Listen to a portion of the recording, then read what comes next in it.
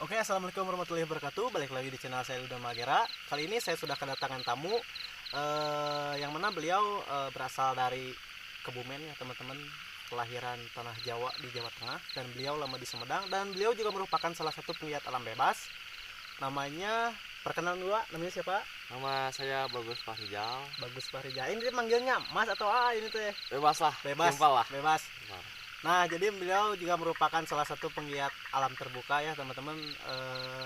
Beliau juga suka mendaki gunung, dan mungkin beberapa gunung di Pulau Jawa sudah ia daki, khususnya di Pulau Jawa ya. Nah, kita akan kepo-kepoin ya, kita akan tanya-tanya tentang pengalaman beliau gitu. Sebelumnya apa kabar Mas Bagus? Alhamdulillah, Baik ya. baik. Sekarang ada kegiatan apa Mas? Ya mungkin di pandemi sekarang kegiatannya ya di rumah, Di kuliah. kuliah. Oh, kuliah Iya. juga Mas? Kuliah juga. Kuliah di mana? Injani. Oh, Universitas Injani. Jenderal Ahmad Yani. Nah, ini teh Mas didatangkan ke channel saya itu mau tanya-tanya. Boleh. Kan Mas itu suka mendaki gunung nih. Ya. Nah, kan ada berita nih. Bukan, sebelumnya dari kapan sih suka mendaki gunung tuh Mas? Sebenarnya dari kecil saya memang udah suka gitu bermain di alam. Oh, Kayaknya enak gitu, rileks semuanya ada yang di alam. nah bener Mas. Daripada kita sekarang bermain ke kota gitu, mending main di alam sih. Tapi kalau dari naik gunungnya, bukan naik gunungnya, dari mulai ke alam, bener-bener ke alamnya seperti naik gunung kayak gitu ya, mulai SMA kelas 1 lah sampai ya sekarang. Nah, untuk gunung pertama kali yang Abagus pernah daki itu gunung mana? Ya mungkin yang deket-deket rumah kayak Manglayang kayak gitu Manglayang, lah, yang pendek-pendek lah. dan mungkin setelah ke Manglayang ya memberanikan diri lah untuk keluar gitu. Iya. Nah, kan Ridwan tuh kan sering dengar cerita Abagus kan di gunung itu banyak pengalaman ya. Mungkin dari pengalaman sedih, senang, ataupun yang apalah gitu. Nah, untuk pengalaman sedihnya ada gak sih Mas ketika ngedaki gunung gitu? Ada sih pengalaman sedihnya, seperti kayak pernah saat saya mendaki gunung ketinggalan rombongan. Di situ saya dompet saya semua, dompet seperti handphone apa keambil dengan teman-teman saya. Saya bingung gitu mau gimana gitu. Ya untung gunungnya belum nggak jauh lah dari rumah lah. Ya saya maksain nyusul gitu. Ya ngompreng kayak gitulah. Oh, jadi ngeband lah gitu ya? Iya, nebeng ikut orang. Nah kan Mas, kalau berkegiatan di alam bebas khususnya mendaki gunung kan Mas pernah mengalami gak misalkan contohnya kan di alam bebas seperti gini kan makhluk hidup bukan hanya tumbuhan aja ya Mas ya, bahkan ada hewan buas yang kayak gitulah. Nah Mas sendiri gitu pernah merasakan gak gitu ketika diganggu oleh binatang-binatang buas apa? Kalau hewan ya kalau di alam banyak lah, masih hewan liar masih seperti ular masih banyak. Cuman beberapa gunung di Pulau Jawa apalagi Jawa Barat masih asli kan. Nah, dua kali kalau nggak salah saya mendaki gunung ketemu bagas, babi ganas. Ya, babi ganas. Ya ada sampai 2 jam tertahan di situ. Ada yang tenda diacak-acak. Ya macem-macem lah. Oh, jadi itu pernah ngalamin gitu Mas? Ngalamin pernah. Nah, untuk pengalaman yang tadi kan pengalaman diganggu binatang buas. Nah sekarang nih untuk pengalaman horor ada gak gitu? Kalau horor setiap gunung pasti mempunyai cerita masing-masing. Pasti ada mitos. Masih ada mitos ya, beberapa kayak daki tidak memungkiri ya, pasti ada kejanggalannya. Pasti. Cuman yang saya pernah alamin, yang saya benar-benar terbesar gitu saat saya mendaki Gunung Salak. Gunung Gede. Gunung Gede. Nah, di situ saya hampir 2 hari 1 malam kesasar. Oh, pernah kesasar juga? Pernah kesasar. Hampir 2 hari 1 malam. Ya perbekalan sudah mau habis, bingungnya, jalan gak nemu-nemu. Ya, pusing pokoknya di situ. Nah, itu teh waktu kesasar itu teh apa emang apa keluar jalur atau nggak tahu trek gitu, Mas? Sebenarnya treknya tuh tahu sebenarnya. Saya udah sebelum saya tuh udah pernah sekali naik ke situ. Saya tahu persis itu treknya ada di situ. Cuman saat saya turun di situ ada 2 jalur. Yang satu jalur yang jalurnya benar-benar saya lewatin. Yang satu lagi entah jalur kemana. Cuman yang jalur saya biasanya lewatin itu tertutup sampah. Tertutup sampah. Di situ ya pikiranku, oh, ini orang mungkin buang sampahnya di sembarangan. Nah, saya ambil keputusan sama teman-teman saya, ya oke lah, daripada kita kemalaman, udahlah lebih baik kita ngambil kiri. Nah, itu jalan saya tahu persis, itu jalannya persis ke kanan. Kalau turun saya ngambil ke kiri, mungkin ntar di depan kah apa di depan ada belokan kanan, ya udah ambil kanan sampai ya matahari udah mau tenggelam. Saya nggak dapet jalan, nggak ada belokan kanan. Ya udah mutusin sama anak-anak, oke, kita lebih baik sampai jam 7 jalan, sampai jam 7 udah berhenti bikin tenda lagi, oke jam 7 bikin tenda. Nah, pas saat itu oke, anak-anak pada tenda. Di situ tinggal persediaan, tinggal bungkus kuaci 5 buah. 5 buah sama air kurang lebih 1,5 liter lah yang belum dibuka. Di situ udah ya ada perasaan nggak enak, perasaan gimana ya, tapi ya positif thinking lah. Ya kan kalau di gunung ibaratnya kalau susah jangan diceritain dulu, turun sampai situ. Sampai buat tenda kita ke depan tenda. Pas saat pagi nggak taunya tenda yang sebelah kanan itu pinggir persis jurang. Udah persis ya, ibaratnya bukan setengahnya, pinggir tenda tuh udah masuk jurang. Di situ udah mulai kacau nih. Wah, ini udah nggak benar. Udahlah, kita lanjut aja. Udah beres, lanjut. Anak-anak pada depan, saya belakang. Pas saya belakang, saya jalan ikutin anak-anak. Pas ada turunan lumayan terjal lah. Saya nemu bungkus kopi. Itu bungkusnya ya masih bagus lah. Sekitaran ya kalau dihitung waktu ya adalah semingguan. Oh, berarti ini trek benar. Banyak yang lewat sini gitu kan. Berarti kemungkinan di situ manusia sering lewat ya, gitu. Kemungkinan saya udah positif, ini benar trek. Dalam hati saya benar. Saya nggak berani ngomong anak-anak. Saya simpen aja itu bungkus kopi. Saya turun, kok nggak nemu jalan lagi, kok makin lama. Nah, pada sampai malam lagi, sampai malam saya berdiriin tenda lagi sama anak-anak, udah pada pasrah. Ya udahlah, kita doa bareng-bareng lah, ya mungkin besok kita bisa sampai atau ya enggaknya, yang penting kita udah berusaha. Nah, anak-anak udah pada sampai semua, ya udahlah istirahat semua. Di situ ya tinggal nyisa air setengah lah, setengah aqua kecil. Itu jadi dibagi-bagi untuk dibagi-bagi air. Itu saya mendaki sekitar 7 orang. 7 orang dibagi-bagi. 7 orang bagi-bagi. Ya, menghemat lah.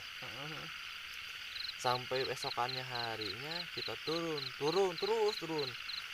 Oh, udah mulai nemu jalan yang bener nih. Udah banyak kebun-kebun. Kita terus. Nah, nemu tuh aliran sungai. Saya feeling. Saya pernah kayak teteh saya kan juga dia sering naik gunung. Dia juga pernah ke saya. Alam juga ya. Ya. Dia pernah juga. Nah, pada saat saya pernah ingat omongan kakak saya pernah juga tersesat kayak gitu. Cuman beda tempat gitu. Kalau kamu kesasar, omongan kakak saya, lebih baik nyari aliran sungai. Kamu ikutin aja aliran sungai itu, pasti hulunya itu pasti di daerah-daerah banyak orang lah. Oke. Oh, pas gitu saya nemu, oh ini sungai. Walaupun sungainya bukan sungai besar. Kalau orang kota solokan lah. Saya ikutin aja terus. Oh, mulai kebun-kebun. Nah, saat saya udah mulai turun ke bawah, udah mulai turun ke bawah. Nah, saya tuh ada dipanggil sama bapak-bapak. Kalau bahasa Sunda, jang. Mau kemana sih? Mau turun pak. Dari mana? Dari atas pak. Wah, kok turunnya ke situ? Kamu kalau turun ke situ, kamu nggak tahu turunnya lagi di mana. Saya kaget. Lah, gitu. Emang kenapa pak? Dulu kemarin sekitaran 3 harian atau 4 harian, ya sekitar seminggu lah, kalau kurang persisnya, ada juga sama anak kayak kita juga naik gunung, dia turun juga di situ, dipanggil juga sama bapak itu. Kalau ya mungkin dia juga kesasar lah, kayak gitu. Sama lah kayak gitu. Oke, aku samperin bapak itu. Jadi saat saya nyamperin bapak-bapak itu, kita kan turun sungai itu, jadi bapak-bapak itu di seberang sungai itu, kita turun. Nah, seremnya lagi saat kita turun, pinggir kanan itu ular semua, kayak sarang ular. Oh, jadi pas turun kita ke sungai, jadi itu kayak sarang ular semua. Anehnya udah nyampe, ngobrol-ngobrol sama bapaknya. Ya kemarin juga ada anak muda kayak kalian turun. Ya emang dia kesal sekitar 2 harian lah. 2 hari. Oh, jadi bukan hanya Mas Bagus gitu. Iya, sebelumnya ada juga gitu. Dia 3 orang malah. Oh, 3 orang gitu. 3 orang. Pas saya nanya, kalau ini daerah mana pak? Kalau daerah tempatnya saya kurang tahu, lupa saya daerah tempat.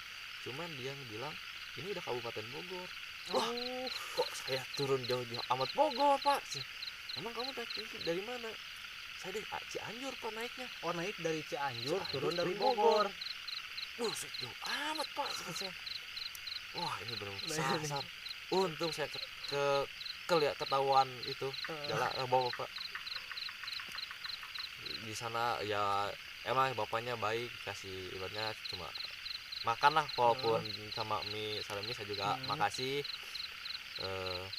Makan udah enak turun udah sampai aja bawah. Ya bingungnya, untungnya nggak bikin bingung, pas kita ngedaki kita nggak bawa kendaraan. Kalau bawa kendaraan lebih bingung lagi. Tadinya naik Bogor kok naik Cianjur kok turunnya Bogor, otomatis kita harus putar balik lagi Cianjur. Untung itu ya udahlah, kita cari stasiun terdekat, kita naik kereta sampai akhirnya di sana di kosan deket kampus. Udah ngobrol, kok bisa kayak gitu. Tar dulu kan saya pas malam keberapa, malam kedua kalau salah bilangnya ke anak-anak, malam kedua saya nemuin bungkus rokok, bungkus kopi. Nah pas saya buka, kok daun kering, bukan kopi. Oh, jadi pas dibuka daun kering 2 lembar. Kok gini ya? Mikir udahlah, nggak usah ambil pusing. Udah untung kita udah keluar gitu. Daripada itu udahlah Nah, teman saya satu lagi bilang, saya kan kalau di tempat kampus kan sebut Jawa. Si Jawa. Jawa. Jawa bisa. Oh, kebetulan terus saya teh. Nah, penting orang meninggal mana kekel ya kan kalau bahasa Sundanya. Oh, orang Masare saya. Ketinggalian punya. Kayaknya tinggalin. Kamu teh turun ke bawah sendirian. Saya mau tanyain sama Iki tidur sama dia. Wah bener, tanya Iki tuh. Ditanya sama Iki kali. Bener sih. Yang dilihat siapa sih? Wah di situ udah jangan diceritain. Jadi, dah. Habis kejadian itu positif thinking itu mikir itu susah gitu. Iya. Udah jangan mikir apa-apa, udah diam udah. Kalau ada apa untung sekarang udah selamat ya, sekarang mah udahlah jalanin lagi ya, yang gitu. apa adanya. Yang penting udah selamat kan. Ya. Enak gitu ya. Syukur gitu udah selamat juga gitu ya. kan. Mungkin kita ada salah apa di gunung kita yang nggak tahu. Itu paling yang lumayan lah. Nah itu tuh unik banget gitu kan, pengalaman Abagus bisa jadi pelajaran juga ya buat saya pribadi juga buat para pendaki yang lainnya juga kan. Nah untuk pas udah kejadian itu untuk Abagus sendiri ini kan ada trauma tersendiri gak atau kapok gitu, kapok lagi misalkan naik gunung itu takut sesat lagi gitu kan? Kalau kapok enggak sih, malah saya lebih sering naik jadi gunung. Pas kejadian itu bahkan lebih sering habis itu kejadian tahun 2018 kalau nggak salah. Malah itu kan akhir tahun lah, sekitar Novemberan kalau nggak salah. Nah 2019 nya ya setahun itu ada kali 4 gunung apa 5 gunung gitu yang dinaikin. Habis itu juga sama kakak saya ya, malah bukan jadi gimana ya, jadi trauma, malah jadi kekurangannya apa nih. Malah jadi persiapannya lebih matang jadi lagi. Kita tahu persiapan gitu ya. Nah itu persiapan harus lebih gitu kan. Iya, banyak kan sekarang tipe gunung di Indonesia kan beda-beda. Iya benar. Nah jadi sebelum kita naik, ini contohnya Gunung Semeru. Gunung Semeru tipikalnya kayak gini nih. Kita mau peralatan ini. Untuk treknya juga kan beda. Gitu kan. Jadi paling itu sih jadi lebih waspada lah. Jadi lebih ke apa ya? Jadi gimana ya? Kumaha jelaskeun aja saya. Jadi lebih ya ke ini lebih hati-hati lah. Lebih hati-hati jalannya. Untuk persiapan juga mungkin lebih matang lagi. Lebih matang lagi. Dan mungkin bukan hanya fisik aja bagus kan. Iya. Untuk mental juga kan di situ kita juga ya. Benar. Mental lebih kuat lah. Nah untuk kan Abagus mah sering gitu kan naik gunung ke mana gitu ya kan. Nah untuk gunung yang treknya terekstrim itu di daerah mana kalau boleh tahu gitu kan, menurut Abagus itu yang paling ekstrim gitu kan? Ya menurut saya ya Salak menurut saya. Salak. Soalnya ya semua trek pasti punya ciri khas masing-masing. Iya, benar. Cuman pas saat saya di Salak itu di bawah cuaca cerah. Saat nyampe pos 2 apa pos berapa kalau nggak salah pos 2 itu hujan datang. Hujan gede, hujan besar. Yang tadinya kita treknya itu lumayan bagus. Ya bagusnya gunung ya. Bagusnya gunung pasti kita ngerangkak apa gimana. Itu malah jadi solokan lah kalau bahasa Sundanya. Jadi kayak air terjun ya, apa ya? Kayak air terjun. Jadi si air tuh di kepala, di atas kepala. Ya kita naiknya susah juga. Baju semua basah, dalam semua yang di atas tas semua basah. Nggak ada yang tersisa aja. Sampai atas kita pun di Salak nggak sampai puncak sih. Kita di pos berapa ya, 4 apa 5 gitu kalau nggak salah. Kita nggak akan sanggup nih. udahlah gelarin aja di ya, jadi tempat yang ada. Itu kita juga harus tahu kapasitas diri kita Ya, sendiri ya juga. iya. Misalkan kalau misalkan wah ini puncak agak bener nih kalau misalkan kita naik gitu Iya. kan, ya udahlah kita misalkan Iya. bikin tenda di sini aja gitu, gak boleh maksain lah intinya Ya gitu jangan kan. terlalu ngambil resiko. Yang saya ketahui juga teman-teman saya yang sering banyak ngambil resiko, oke maju maju terus malah nggak benar ujung-ujungnya. Jadi apa ya, jadi takutnya terjadi hal-hal yang tidak diinginkan gitu. Iya. Soalnya kalau kita maksain gitu iya. kan, itu juga Alam kan sebenarnya cuaca nggak bisa ditebak. benar. Cuaca Gak bisa ditebak alam itu, benar. iya. Makanya dari itu kita persiapan itu emang penting banget. Iya gitu. penting ya. Persiapan kita naik gunung besok 2 minggu belakang kita udah siap-siap. Apa yang kita mau naik, apa yang kita butuhin, apa yang kita mau pakai, apa yang fisik semua ya, semualah dipersiapkan. Nah jadi unik banget sih. Jadi untuk Ridwan pribadi sih ini jadi pelajaran juga ya, bahkan mungkin bukan buat Ridwan sendiri gitu, ini juga buat pelajaran buat teman-teman semua gitu, bahwa persiapan itu juga emang penting banget gitu. Ketika kita mendaki ke gunung gitu, kita tidak bisa menganggap sepele peralatan, misalkan alat tidur apa segala macem lah, apalagi kan alam itu tidak bisa diprediksi gitu kan. Iya. Nah untuk Abagus kan ada rencana lagi gak buat muncak kemana gitu, ada misalkan ada gunung yang belum didaki nih, misalkan planning mau kemana gitu. Kalau impiannya sih pinginnya ke Merapi. Bukan Merapi yang di Sumatera. Pinginnya ke situ. Kalau enggak saya pengen ke Rinjani.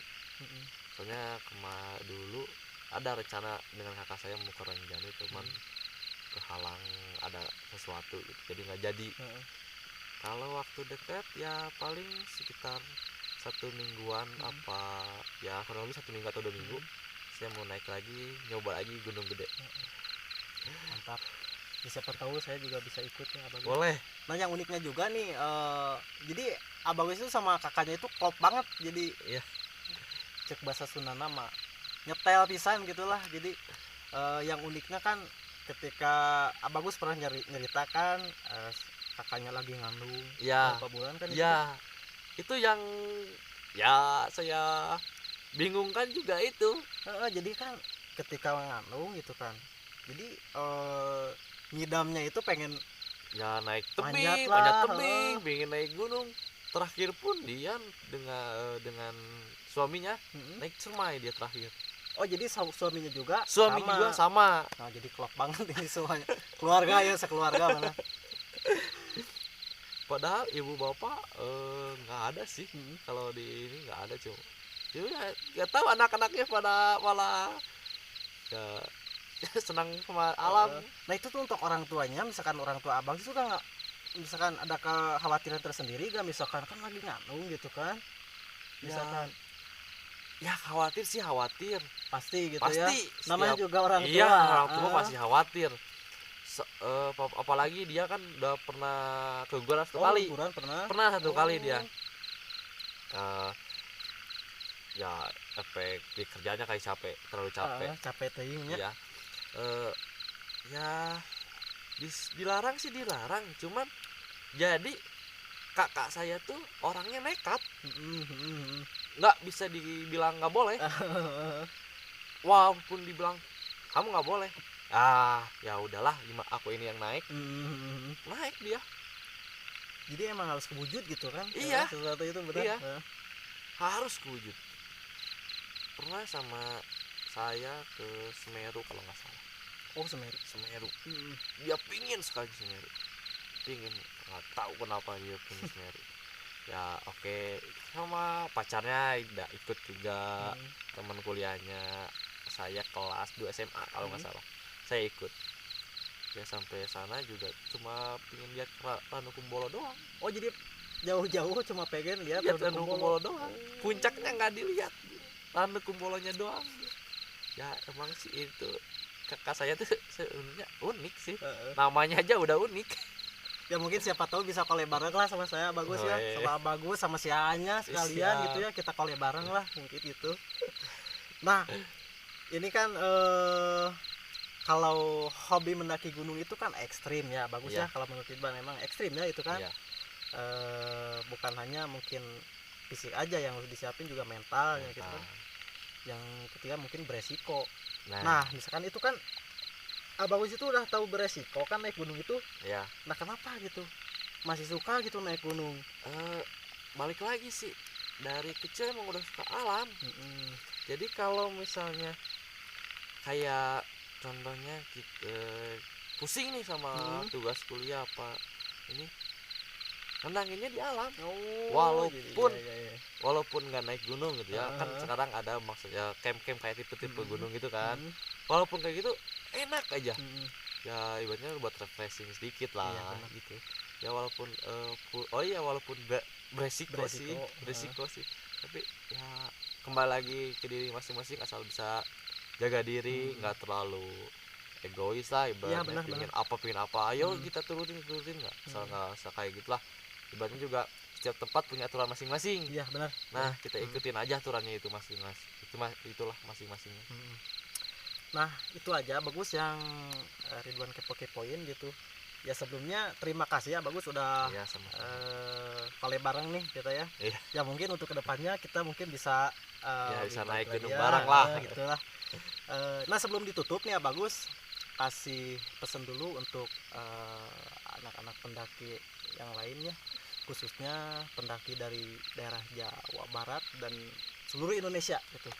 Ya saya nitipnya sih gini aja, boleh sekarang anak muda pada mendaki, cuman ya jaga stamina juga, persiapin yang matang-matang, perlengkapannya harus komplit. Ya sama sekarang di tempat-tempat yang seperti gunung lah, yang sopan-sopan lah, apa-apa aja jangan dilanggar, ikuti aja aturannya. Paling itu aja. Ya terima kasih ya. Untuk pesan dari saya mungkin tetap semangat buat teman-teman pendaki yang lain gitu. Ya intinya mungkin ketika kita mendaki di gunung, kita harus berjuang ya, semangat dan yakin puncak tertinggi pun akan berada di tumit kaki kita ya. Mungkin itu aja teman-teman yang Ridwan kepo-kepoin sama Bagus. Mudah-mudahan bermanfaat bagi kalian semua. Ridwan Magara pamit dan Bagus pamit. Assalamualaikum warahmatullahi wabarakatuh.